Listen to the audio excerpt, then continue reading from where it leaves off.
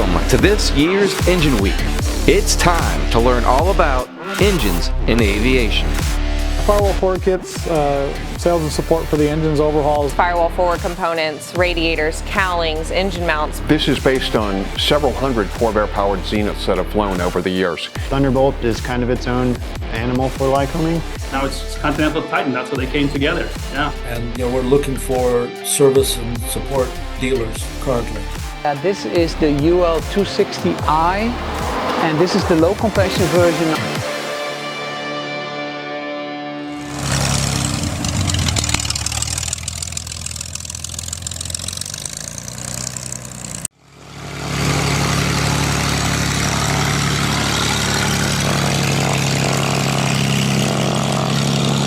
All right, everybody, welcome back to Engine Week 2024. We do this about every 2 years to give you updates on what's going on in the aviation industry as far as engines. And William, we are here at your hangar in, what's Green Cove Springs, right? Green Cove Springs, just south of Jacksonville. All right, so one of the things I want to talk just off the start here is this airplane, because we talk airplanes right behind us. Kind of a new addition to William's hangar. You now have a new to you demo plane. So how did that came to be, and what is the idea behind it? 20 years ago, or now we're getting older, 22 years ago, I had the first Corvair powered Zenith. We bought a kit from the Heinz family and finished the first Corvair powered Zenith. It was the first tailwheel XL and the first dual stick aircraft, and we finished it in about 100 days and used it as a demo airplane for a number of years, and took it to Oshkosh 3 or 4 times, showed it to a lot of people, and that was the beginning of Corvairs in Zeniths, and it took off and was really popular. Followed up by several hundred people following that. At a certain point, we looked at it and somebody made a great offer on the airplane, and we sold the airplane and funded the purchase of the house and the hangar here. Not completely, but there was a great down payment, and so that's how we came into the house. But that's also how we lost our Zenith demo airplane. But for an awful lot of years, we had so many customers who had finished them and flew them to air shows. People were more interested in taking a look at what other craftsmen had built rather than just us. And one of the people who built one of those airplanes in the wake of ours was our friend who owned this airplane and finished it. And it was done about 15 years ago. Time rolls on, all good things, flow. And eventually our friend who had built and finished and flown this airplane for a lot of years got to a senior aviator status where he wasn't going to fly anymore, and he called us up and said, hey, you need another 601 to show people. Come on out and pick up mine. So we got his. And where was that at? Tulsa. And had the road trip from hell, bringing it back on a trailer, because I wanted the airframe and all of the other stuff, but what we wanted to show was a fresh current engine installation on it. So he kept the engine for another project of his, and we just said we're going to put a brand new current to 2025 status Corvair and do a demo of how this all is installed. And it's very, very much like it always was, and we have a book on Zenith installation of Corvairs. It's been very popular over the years, but I wanted to show people a couple of updates and some fresh stuff, and then bring the airplane out and fly it around and show it to people and sort of join the fun again. Yeah, but what better way to showcase other than on a stand that looks pretty on an actual soon-to-be flyable aircraft? Yeah, and the airplane is just getting a couple of updates, like the Zenith puck nose gear system in place of the bungee, and a general cleanup. But airplane going back in action. It was flyable like 60 days ago when we went out and picked it up. And it'll be flyable again by Christmas or so. There's no big rush. We just want to have it out for the 2025 season. And it is not going to be a show airplane. It's just going to be a real good example of it. So that this isn't too dissimilar to the one you had. This is bare metal, and your other one was bare metal but polished. Yeah. Right? You're talking about the one with the yellow blue stripe on it? Yep. So it's very similar to that one. Yeah, I like to show people examples of I personally think Zenith is a great platform because you can paint it to the ultimate show plane. You can do very elaborate interiors. They have all sorts of stuff. People get really deep into avionics and everything. But I like to demonstrate to people how light, simple, and cheap Zenith can be, or by just deciding what it is you're not going to have. And you can always paint an airplane later, but Zeniths being made out of 6061, you can polish them and they'll stay polished for a long, long time. You can go as Spartan as you want to go. And polish is amazingly light and inexpensive compared to paint. And the advantage of polish also is it can be freezing out and you can polish in your hangar, or it can be sweltering or 100% humidity or anything, or somebody else can be doing something that's dusty in your hangar at the same time while you're polishing. None of these things apply to painting. And also, with painting you have to be good in real time. Polishing, you can learn as you go. True, true. Well, let's grab the camera. Let's kind of walk around. You can talk about the updates to this and the airframe. Sure.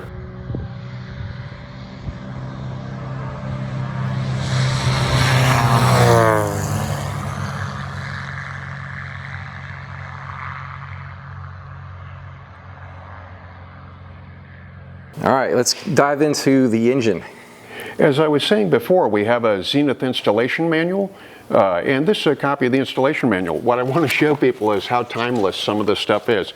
There's the page on fuel systems showing you how the fuel system is installed. I'd like you to go down, pan down there and have a look-see at that. Some things that were good ideas and were really tested 2 decades ago, we still use. So a lot of the stuff is based on really, really proven, simple ways of doing stuff. So the updates that we have relate to some of the newer products that are on the engine, but the installation is the same as it always was, including the motor mounts, all of that stuff. So this is based on several hundred Corvair powered Zeniths that have flown over the years. But here is a modern 2850 engine installation on the same classic airframe. The engine looks a lot alike, but it has very small, subtle details that make it a little bit different than it was years ago. We have lighter weight starters. We have the front thrust bearing, fifth bearing set up on there. Little details of the gold oil systems that were done over the years, and just subtle stuff. And at the beginning, at the very beginning of all the engine builds, the engine I promote these days is a 2850, which is 2,850 cc Corvair, which is all the technology advancements in still trying to keep the idea of the engine being affordable, on the affordable end of experimental aviation. There are a lot of great options for stuff if you're made out of money. But if you're made out of sweat equity, we have the option for you. So you were talking about fuel systems here that has been standard the test of time. One thing I do see, and I think now has become like a design lock for you, you're using a different carburetor. Want to talk about that for a moment? The carburetor that you see on this is a Rotec TBI. Rotec is from Australia. They have been around for a long time. They are sort of an updated version and an improved version of an Ellison. We flew Ellisons for years. Ellisons are no longer available. TBIs have been around for a long, long time, and they have a couple of subtle things that make them evolutionary improvements over it.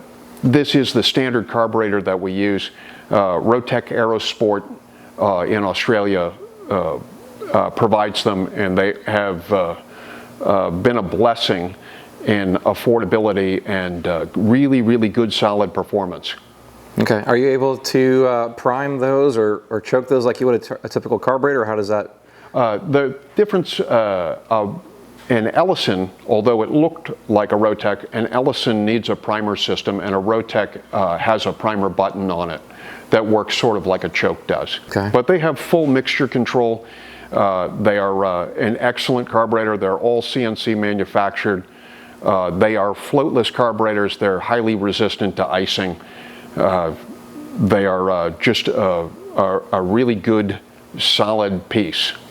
Now, the other thing that seems to be your focus these days is this 2850. What is the 2850 compared to some of the other engine sizes that you've done over the years, and why have you decided to focus on this one?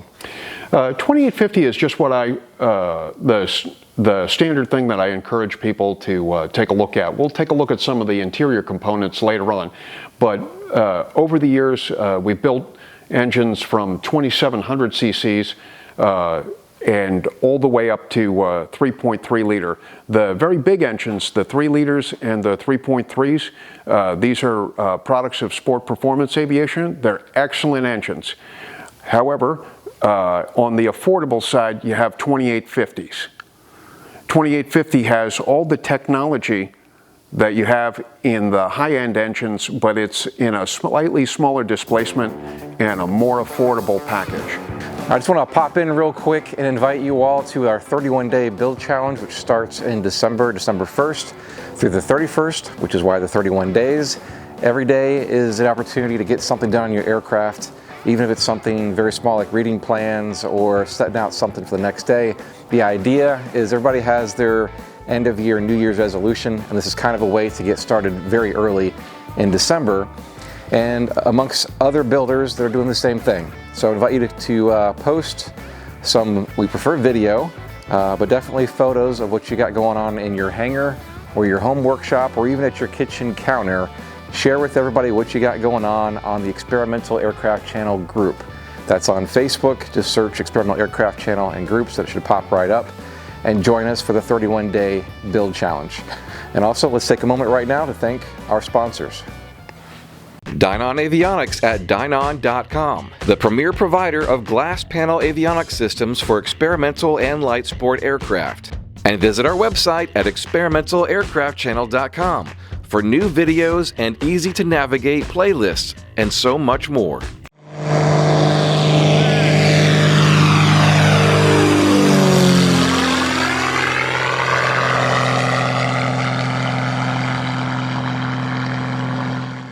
.2850 is a stock Corvair cylinder that I bore here in-house 105 thousandths over. That's 90 millimeters. This is a purpose-built piston made by Ross in California. This piston is the 2850 piston. Drop forge piston, CNC machined, perfectly balanced. So these two pieces provide the displacement along with the stock Corvair stroke and utilizing the stock Corvair forged factory crankshaft. So that's what the heart of it is. So you get the technology of the high-end pistons and all of the other things that we learned over the years in producing high-end Corvairs, but it's still in an affordable package. Okay, combination of old school stuff and new school stuff. This right here is a 1980 Winona machine. Winona is a seat and guide machine. This is how you do a valve job and also how you replace seats and guides. This has a compound tilting table, and the reason why it has that is it's to deal with splayed valve heads. The other interesting thing about it is when you look at how do you align this to the tool, it has an air float table. A lot of people in machine shops know how this works, but if you haven't seen it before, this is what an air float table is. I step on this, it pumps air under the table, and the 300-pound table floats effortlessly with your fingertip. What? Take your foot off, and it stops right where you had it. So we're going to align the pilot right there, which is in the guide, underneath the head. And the airfloat table makes that effortless. That is awesome. There is a number 3 Morse taper guide, and all I do is step on that, bring it over, and align that right underneath there. Take my foot off the air, and it sits perfectly still. Knock out that piece and insert the tool. This is the tooling driver right there.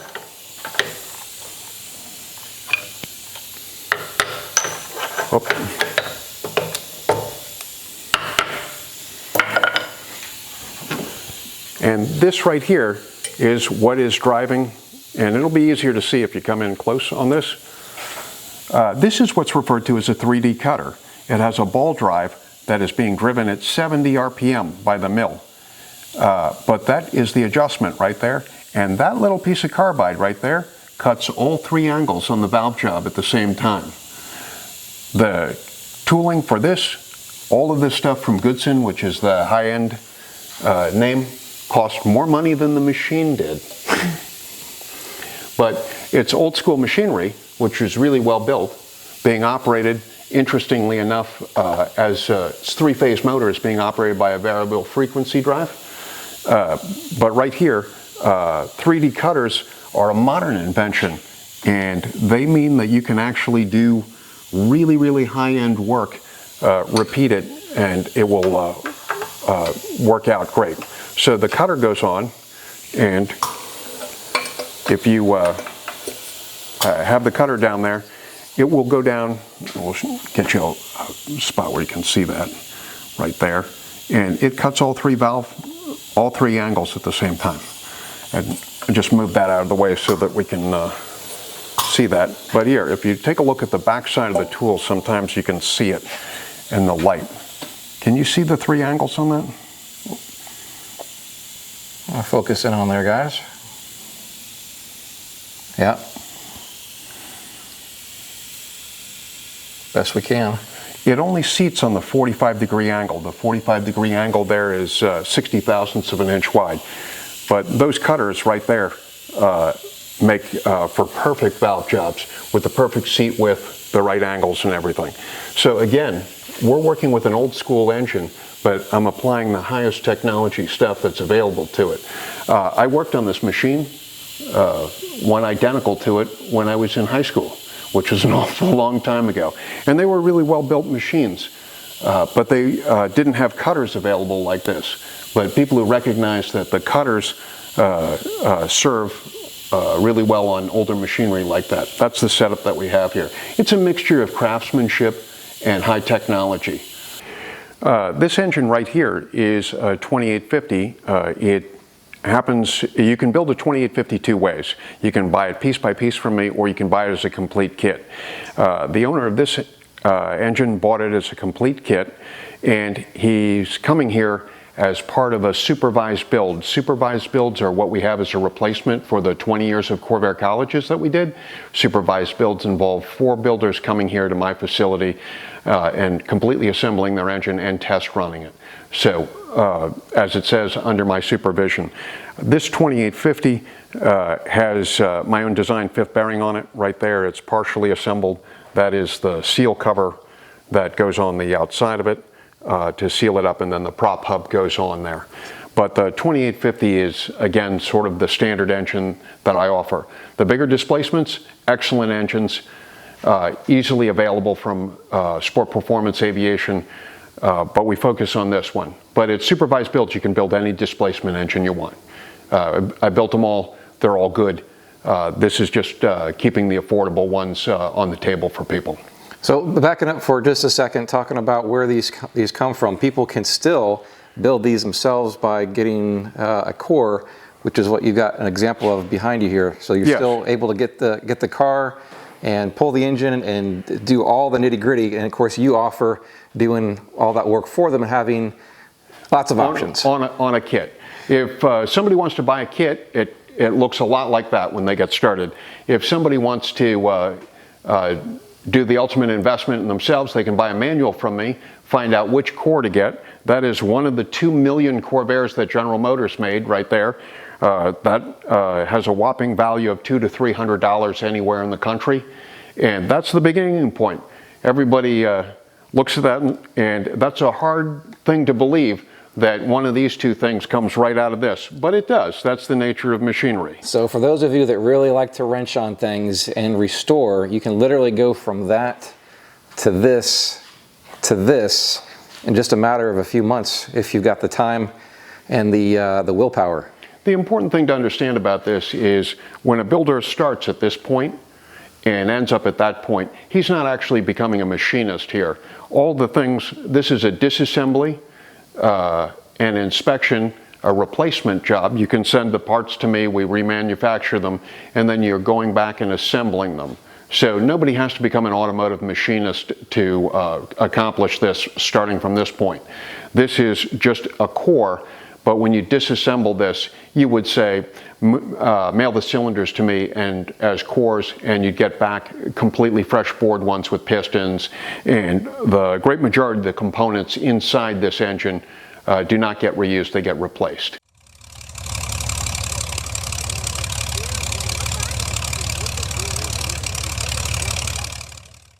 Go ahead and show everybody what it goes from the core to cleaning and then the process of building up, where you start with the build. If a builder gets a core motor like we just saw and takes it apart, he's going to end up with components that look like this. That's a stock cast piston on a really good forged rod from General Motors, and it's going to have cylinders that look like that right there. And that's in service in a car, and it's done its duty on land. Now, to end up, the builder's not going to machine the cylinder. Here's a 2850 cylinder that's done, it's bored, honed, and ready to install. In fact, the pistons, the 2850 pistons and rods that we have, come fully assembled in the cylinders, so you just bolt the whole assembly onto the crankshaft. If you take a look at that, if you want to see how much bore has been taken out of it, compare the wall thickness of those two cylinders right there. That's what 105 over bore looks like. It takes 14 ounces of material out of the cylinder per cylinder. And then from there, you have the block clean. Is there anything that has to be machined on the block, or is... On a 2850, it doesn't have to have anything on the block machine. That's particularly the advantage of 2850s. So 2850cc and down, no block machining. If you're taking a look at this and it catches your eye, there's something a little different about this particular block, which if you look at it, it's an 8-cylinder Corvair underway. That's just an experiment. That's not actually how they come. This here is a actual Corvair case right there. So where would you start in the build process and working all your way through the complete engine? A lot of people focus on the bottom end. So if you're focused on the bottom end, you're going to get the crank reworked, you're going to clean up all the parts, and one of the first pieces that goes into the engine is the camshaft. And that is a Corvair's specially built camshaft. They come through me, they come as a whole cam kit. It has billet cam gear already installed on it. It's ready to drop into the engine. That is the cam profile that we've had for an awful lot of years, and it works really, really well at our RPM. It's a lot of lift and a short duration camshaft, and that's what makes the magic work at 3,000 RPM. I understand you can build this in stages. You know, as you find the core, you can go grab one of those out of a car, clean it. That's like stage one. Then you could have everything cleaned up and start on the bottom end. You've got different like packages, correct? Like the bottom end crank and heads and... It's pretty flexible. There's enough things that it's impossible to describe in a short visit on video. But you can review this stuff on my website. Like I say, everything from buy each piece as you go, or even just start with a manual and go get a core, through buying a kit engine from us. So, and either build style has the option of coming here for a supervised build. If you're building it piece by piece, you just go through the checklist until you have all the components, and then you come on down here. If you have a kit motor that you got from us, builder comes down here and we have every piece ready for them. We have all kinds of options available. If you take apart your core motor, it's going to have pushrod tubes in it that look like this. You can clean those up, paint them, and we have detailed instructions in the manual on how to do that. We have options all the way up through billet aluminum anodized tubes. So if you buy a kit engine, it comes with these. It's an option to buy them right off the website if you like. But we do still teach people how to prep that for a flight engine. We did it that way for the first 35 years, and in year number 36 we have this. So there are all kinds of stuff, and depending on what your budget is, I help out everybody who's interested. There's a prop hub right there. That is the gearbox right there. Corvairs are direct drive engines, and if you look at that, that is the entire drive system. So when people say, oh, it's a direct drive engine, when I got started with this 35 years ago, everybody said, oh, you have to have a PSRU, because I read that in Kit Planes magazine. And one of the things that I looked at was I wanted the simplicity of direct drive engines. It's interesting, over a long period of time, my work with Corvairs predates UL Power and predates Jabiru by a long shot in both cases. But you take a look at it, that over time, more people came back and looked at direct drive engines. Now, geared engines and reduced engines, they have their place. Obviously, they work. But there's something to be said for the simplicity of direct drive engines, and I've always stuck with that. This is a Rotec TBI. TBI stands for throttle body injection. Realistically, if we weren't splitting hairs, it is a floatless carburetor, flat slide carburetor with full authority mixture control. This is a Mark II, which has the built-in diaphragm, and right there is the primer button that makes you not need a separate primer. These are all CNC manufactured in Australia. They're fantastic quality, and this is the standard fuel system that we use. It's priced less than $900. It's hard to argue. It has unbelievably good fuel atomization. It's lightweight, it's simple. It can run on gravity feed, or it can run with very low fuel pressure. It does not matter. It has a very simple fuel systems associated with it, with very light duty pumps in low wing airplanes, or gravity feed in high wing airplanes. But it's just sort of a high tech piece, but still simple. I am probably the largest distributor of these carbs in the US. And it's mostly just because I've used them for a lot of years and I really believe in them, and they're really well supported from Australia.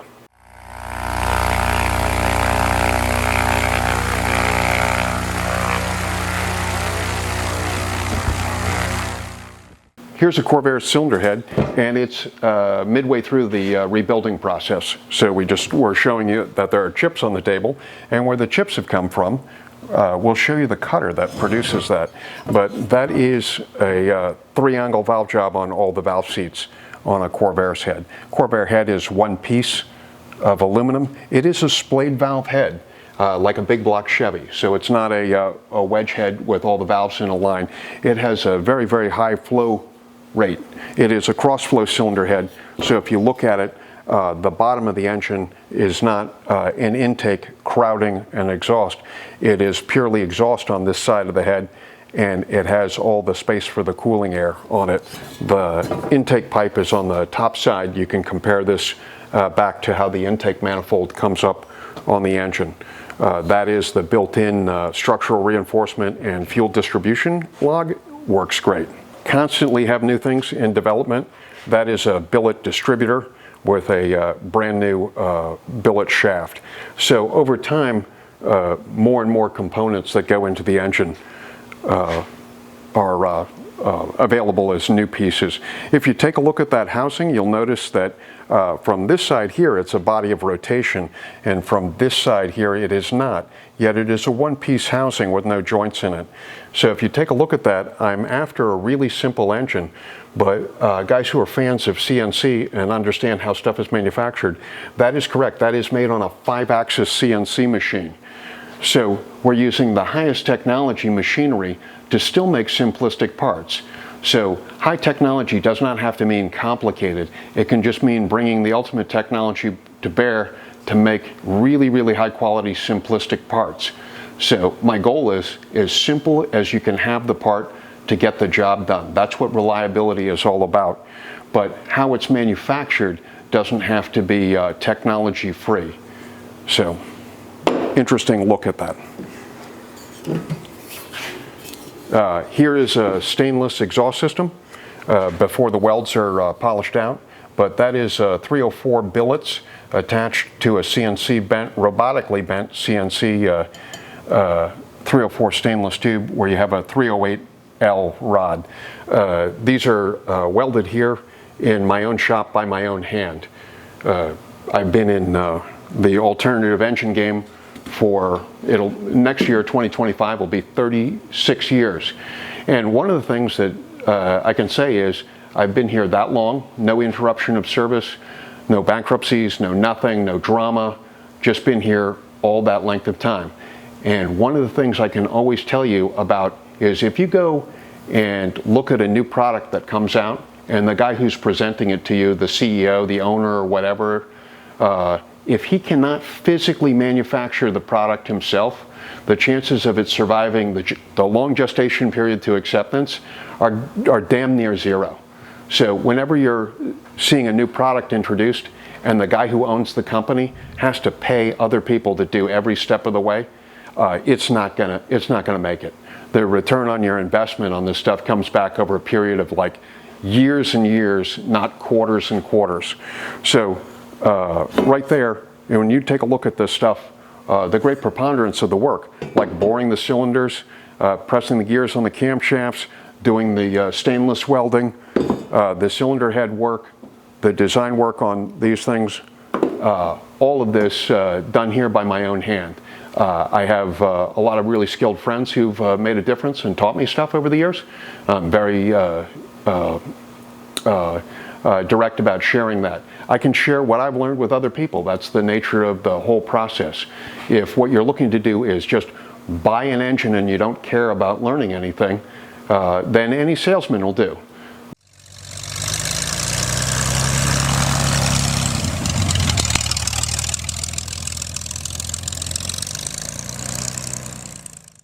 All right, so William, one of the things that you've adopted, well, not too long ago, is the college has moved to your hangar.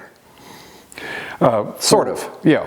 For 20 years we had Corvair colleges. I offered them all over the country. There were 50 Corvair colleges in places as distant as Portland, Oregon, Florida, Texas. There were about a dozen of them occurred in California, and I brought all the tools to where the builders were, and we worked on engines there, and they were great events, particularly the ones that were in Texas and the ones that were in Barnwell, South Carolina. This stuff is legendary. The EAA did a really long video on the Barnwell colleges. It's excellent. You can find it on YouTube.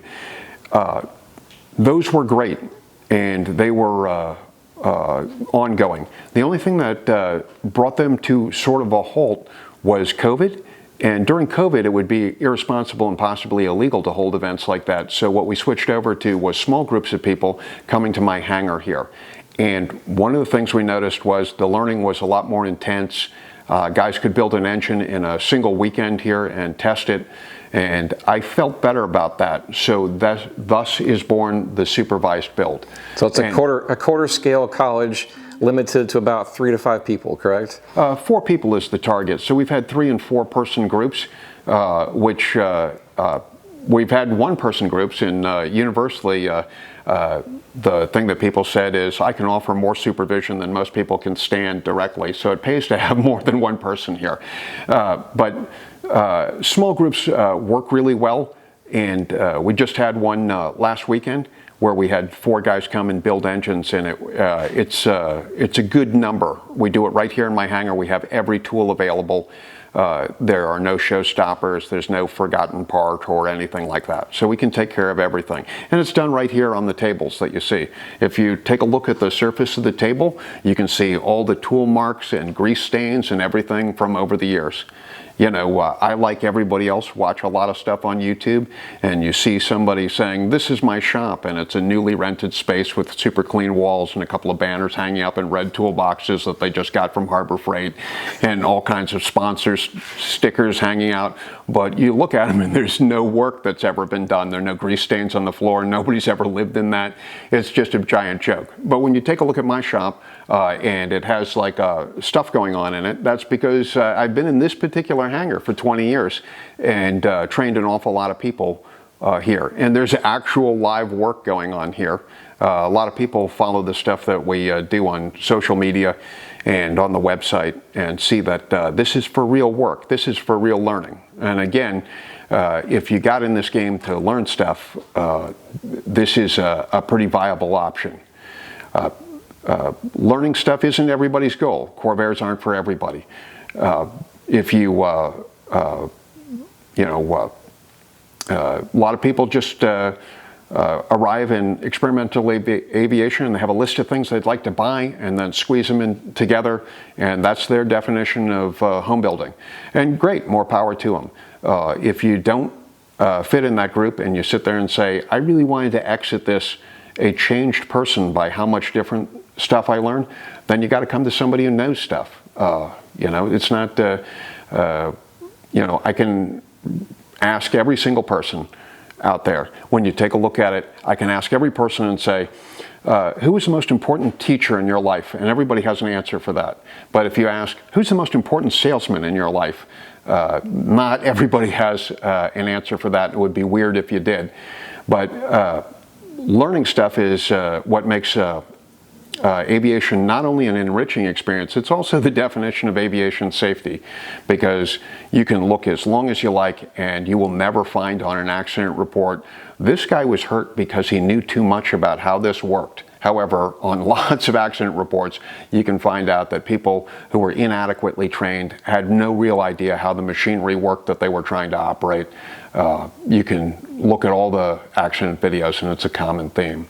This is a SU valve grinding machine. It is actually older than I am, which is plenty old. There's a data tag right here that shows that it was part of public school education at one time when people placed value on Ultimate shop class. Ultimate shop class. But this is a valve grinding machine. These things are classics, and that means that every part for them, grinding wheels, belts, bearings, the entire thing. This one I got and completely rebuilt, so it functions as good or better than the day it was brand new. So you can insert a valve, tighten it up, and there's where it is ground. So machine on, move the lever to the appropriate position, and the valve spins, and you're running it across the face. Now I'm not going to do that right now, but that's exactly how valve is ground. And you adjust the distance it's away. All right, William, so one of the questions I have for you, and not to put any pressure on it because, hey, I'm still building too. When do you think we might see this thing in the air? This will be at Sun and Fun 2025. I have a booth at Sun and Fun for the first time in an awful lot of years over in the Paradise City light plane area, and this airplane will be there, and you can come get a look at it. Good. Would love to see another aircraft put back. Well, this was already flying, but put back into service. Yeah. And this one hasn't been out of service long, so it's not a tough job. All right, so thanks for the tour through this today. Where can somebody get in touch with you to have a real conversation about building a Corvair engine? There are a couple places where people pick up information these days. Of course, my website, which is flycorvair.net and flycorvair.com, same site. A lot of activity, more than anywhere else. Bite my tongue happens on my Facebook page, which is www.flycorvair. That'll be the last nice thing I say about anything on Facebook, but it is true that I have 7,000 people on that page, and there's a lot of activity there to see. I have a YouTube channel that is also www.flycorvair. What I want to bring people up to date above all else is I don't do that much email anymore. So guys say, oh, I sent you a really long thesis level dissertation on email. I probably didn't see it. Like everybody else, I get thousands of ads for things to put over your gutters and whatever else. I just don't do email that much anymore. So text me or call me. Works great. Thank you to our patrons over on Patreon and 10TED10 in our co-pilot status. If you feel like supporting us, check us out on patreon.com. And if you are new here, welcome. You are invited right now to subscribe, like this video, and hit that bell so you don't miss a single episode.